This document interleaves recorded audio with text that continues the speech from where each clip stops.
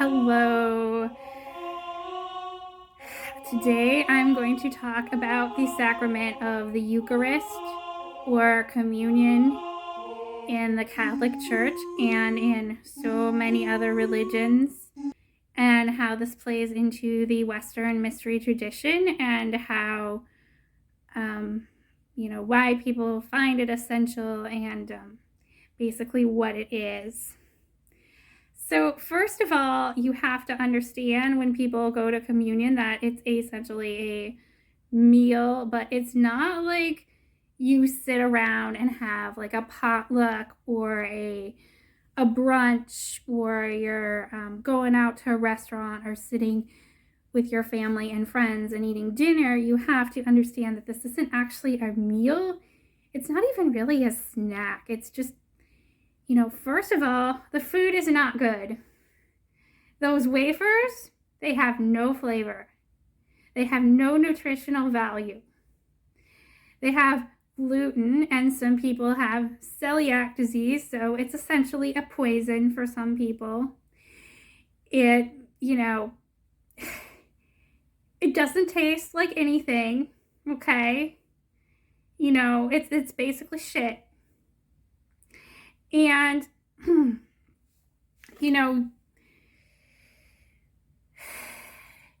it's, handed out to everybody like, you're eating this bread and then you're part of this group, which basically means you're eating shit and you're part of this group.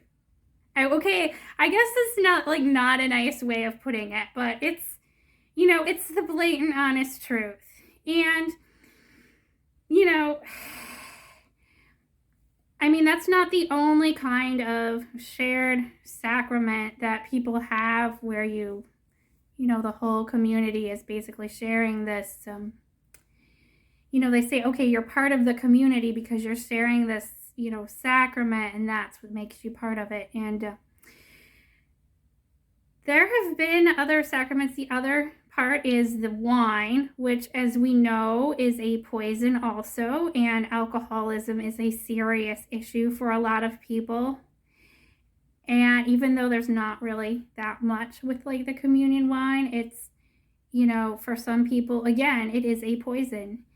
And when people came to this country, United States of America, where I live,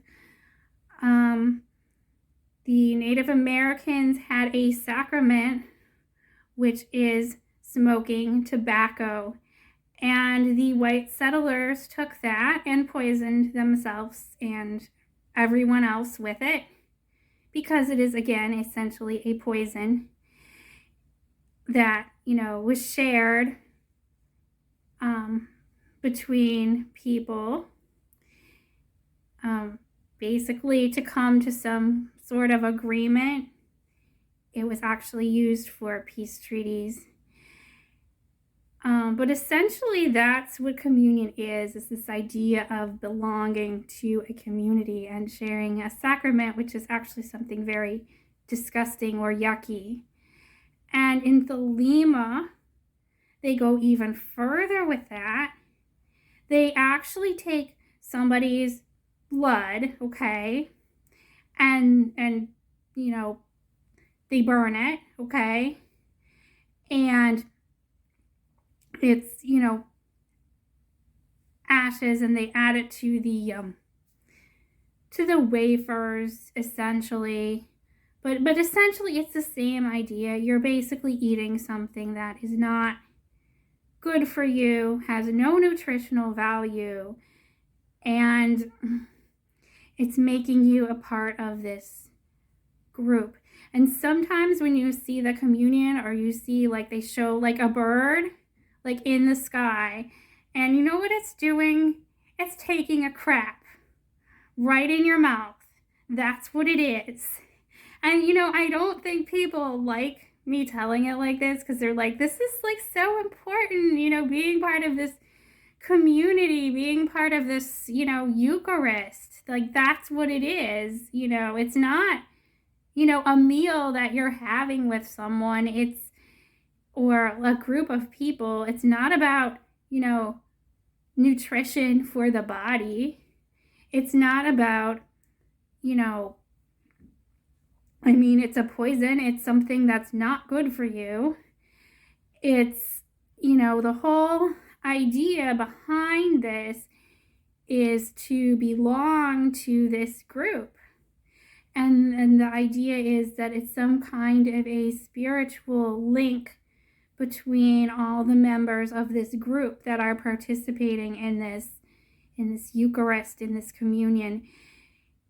And, in fact, this is the fundamental ritual of a lot of churches and things like that. And it's the basic one. It's probably the most basic one in the Western mystery tradition.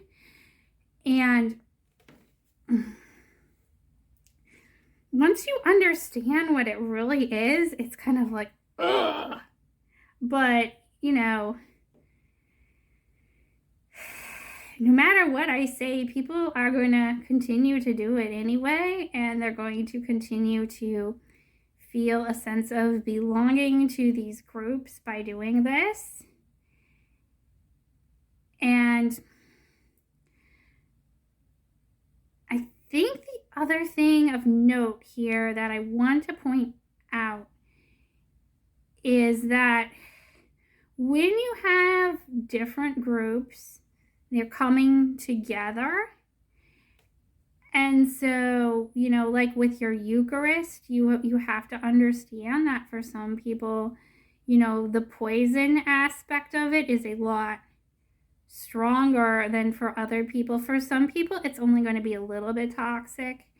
And for other people, it's going to be seriously toxic. And that's something that, I think you need to be aware of every time that you go out there and you're from a culture and somebody else is from a different culture.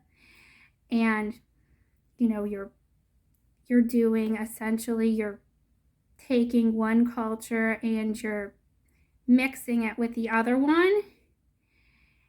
And yeah, so like things that can be just maybe a little bit toxic can become more toxic or, even deadly.